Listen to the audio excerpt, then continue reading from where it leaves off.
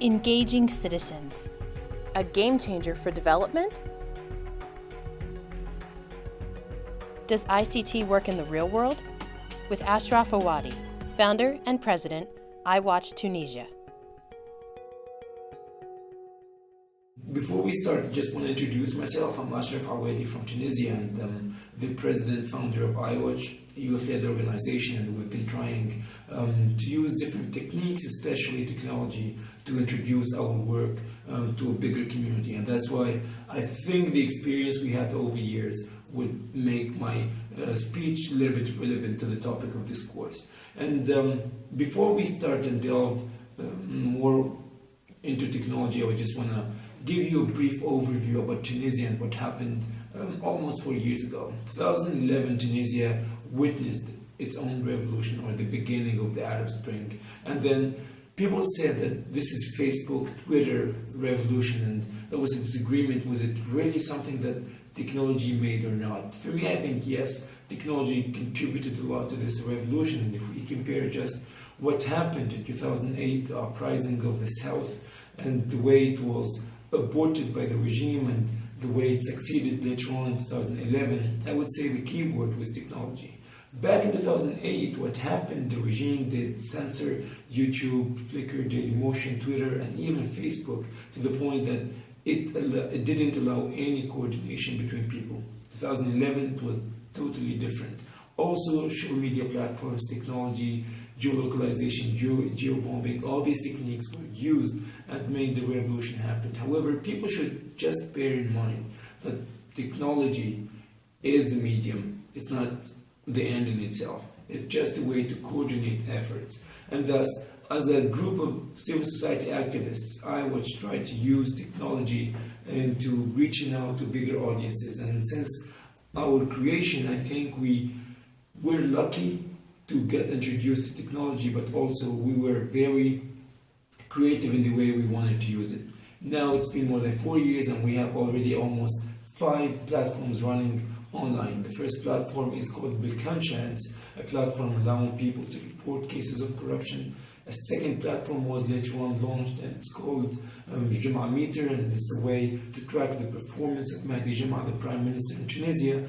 Then we had another platform running called Voted, and it's also another platform that allows Tunisians to vote on their own constitution online. Then we had a fourth platform, it's called Raisi. In Arabic it means my president, and it allowed people to have a vote match platform, allowing them to choose for which president to vote.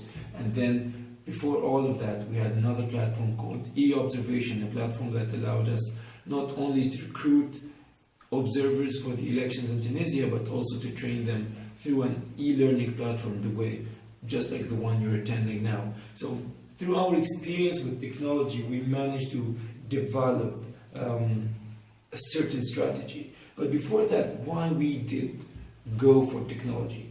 An advice to each one of you guys is definitely to map your own community and pick the right tools for you. In Tunisia, we have 4 million Facebook users every night. We have more than 110% mobile access, which means that at least there is one mobile phone for each Tunisian. And then when you have all these platforms and all these conditions, you cannot not use technology. And for this reason, we opted for the technology solution. And then there is no bigger tool than technology to make us reach to a bigger audience. And there is no other tool except SMS to make us reach almost every single Tunisian. So before you start using technology, it's very important that you map your own community. In Tunisia, it was the wise decision to go for technology and SMS because it's more or less accessible.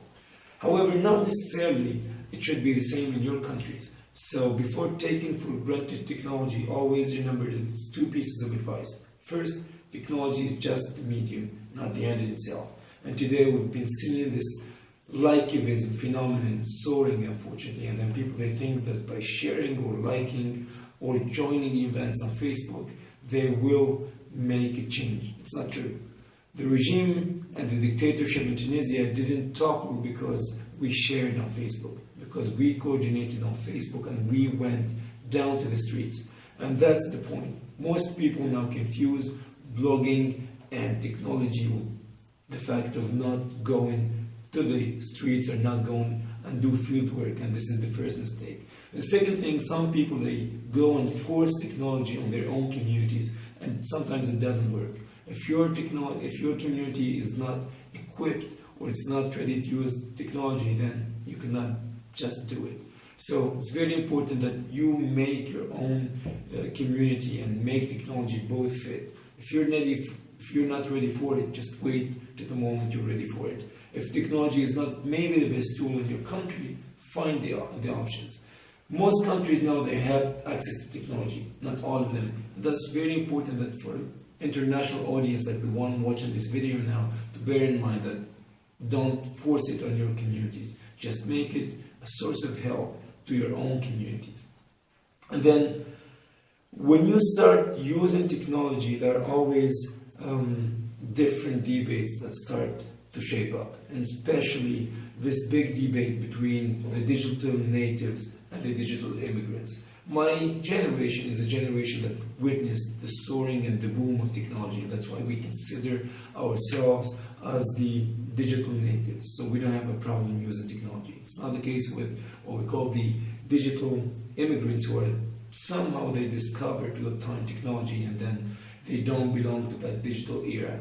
And then when you try to use technology, especially with the digital immigrants, it's always a little bit of conflict.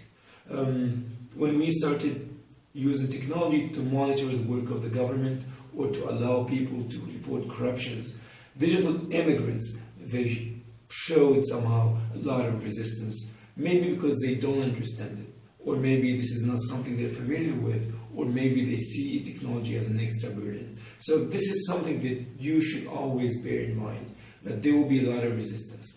As any organ that will be planted to your body will show first resistance. And it's the same with technology, especially for those that technology would get them out of their comfort zone. And then my piece of advice, just make it simple.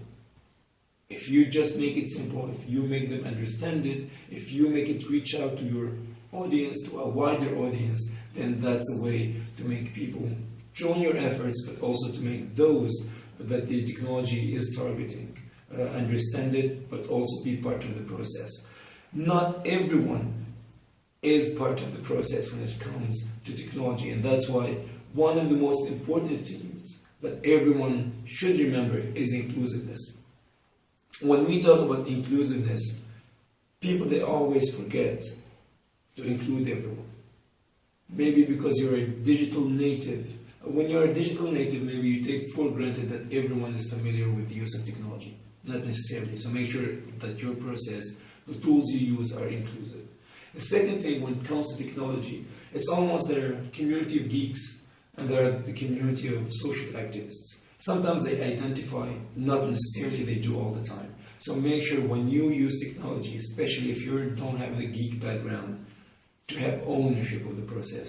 Make the process yours and make it open to everyone and make it simple to everyone. And there is this, let's say there's two people. There are those who speak the coding language, the geeks who speak only the coding language, and there are humans who just speak any language. It's very important to identify these people who are able to speak both languages. They speak as geeks, they know all the JavaScripts, but at the same time they can speak and can go to the field and do work. And these people are the cornerstone of any ICT-based technology. And then when we started thinking, how can we utilize technology even more? And then we had a bigger test, which is elections.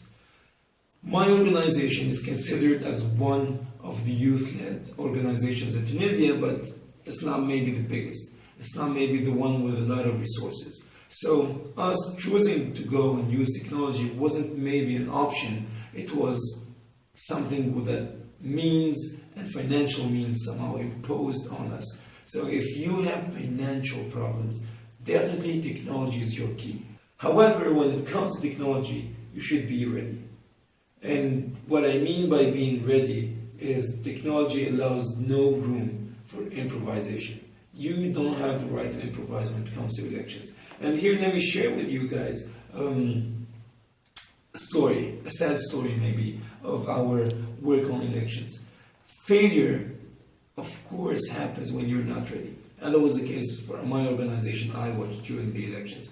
We had almost everything ready. We deployed observers. Everyone went to his polling station.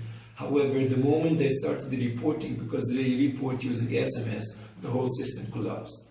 Only because we didn't take the time to test the system massively. And then you can maybe have a system that works for 1, 2, 3 SMSs, but when you use the system for massive use, a massive sending of an SMS, not necessarily is going to work. And unfortunately, in our case, it didn't work. All the system collapsed on the first elections. And we learned, we worked, we improved. Our geeks spent more time on the platform just to make it ready. And especially, we retested, and this time with massive use. And that's why for the second and third elections, we had almost a 99% success. So if you go and opt for the technology, make sure you leave no room for improvisation, no room for not being ready. And that's why for technologies, testing, and again testing. Some people, they might think that, yeah, you need a lot of money to be able to develop. No, not necessarily. If you need the codes, if you don't have the maybe the possibility to develop or to afford a good developer, just write GitHub. GitHub is maybe the Facebook of developers. People from across the globe developing, writing codes, putting them open source just for people like you and me to use them. So trust me, you don't need to write any code. We've been building more than 5 platforms right now. 5 platforms, we didn't write any code. We just bought domain names. And this is to say that there are other groups doing this in Latin America, in Egypt, and other countries. In the case of Meter, the one who built this platform is the same group who built Meter in Egypt. For Voted, it's the same group called Democracy OS in Latin America. And just to tell you, the moment you opt for technology, you will find yourself supported by definitely a lot of people across the globe. So we use the technology of a lot of people that we didn't even meet face to face. And it's very important for you guys to know. If I have to leave you guys with one advice, opt for technology because you will be in a pioneering position. It's the future. And then the second thing, remember that technology is just the medium, not the end in itself. You cannot stay behind your screen. You need to do field work. So use it as a medium, but the end should be going and meeting people face to face. If I leave you with the last advice, just use technology, but remember, field work is the most important thing.